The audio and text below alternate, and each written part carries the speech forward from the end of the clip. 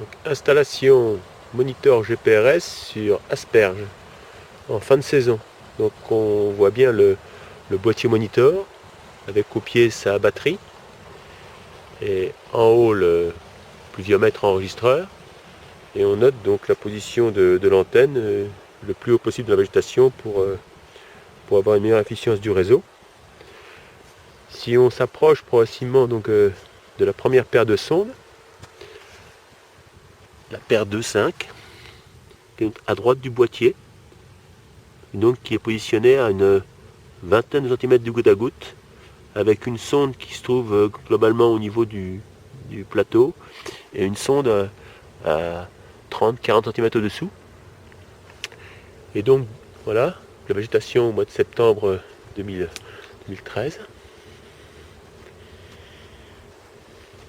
Et de l'autre côté, donc sur le même rang, on a la sonde 1.4. La sonde 1 est une sonde de surface, et la sonde 4 une sonde de profondeur. Et on aperçoit toujours la gaine goutte à goutte en haut de butte. Et donc on peut voir les câbles des sondes. Fin septembre 2013, on est donc sur l'exploitation d'Arbonne avec monsieur Didier Duprat, chef de culture. Et donc sur cette parcelle, on a installé un moniteur GPRS avec donc ces 6 sondes. Donc je vais laisser monsieur Duprat nous raconter un peu comment ça s'est passé la saison et ce qu'il en pense. Bien, bonjour. Nous sommes sur une aspergerie qui a été plantée en 2010. C'est de la Darlise qui est à 27 000 plants hectares. En 2011, nous avons fait une récolte sur laquelle nous avons fait 4 tonnes. En 2012, nous avons fait 7 tonnes. Et cette année, en 2013, malgré les conditions difficiles, nous sommes arrivés à faire 8 tonnes. Donc c'est une plantation goutte à goutte? Alors c'est une plantation qui a toujours été irriguée goutte à goutte. Oui.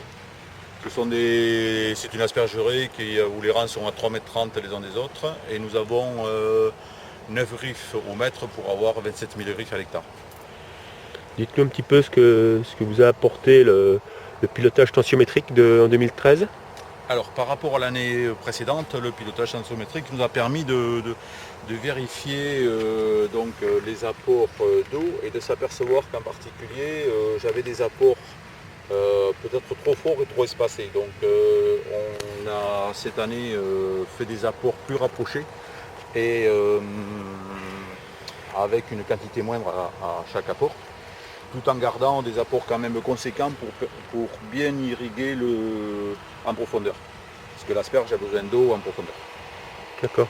Ce que ça a permis en fait, c'est de voir que malgré vos apports, je dirais, un petit peu espacés, puisque vous arrosiez à peu près toutes les semaines, l'asperge n'a pas souffert, hein, mais on arrose, on est sur des tours d'irrigation tous les 6 jours environ. Et oui, avec les sondes, on s'aperçoit que des moments on est sec, mais on est sec en surface, mais on a de l'eau en profondeur, donc ce qui fait que l'asperge ne souffre pas.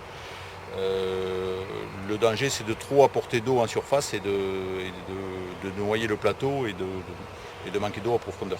Ouais, le but ultime, en fait, est d'assurer une pérennité à l'aspergeraie, et que donc il faut absolument, je dirais, optimiser l'implantation racinaire. Donc c'est ce qu'on pense on va développer les années suivantes, c'est absolument développer des sondes à 1 mètre, 1,20 m, ou au moins limite d'Alios.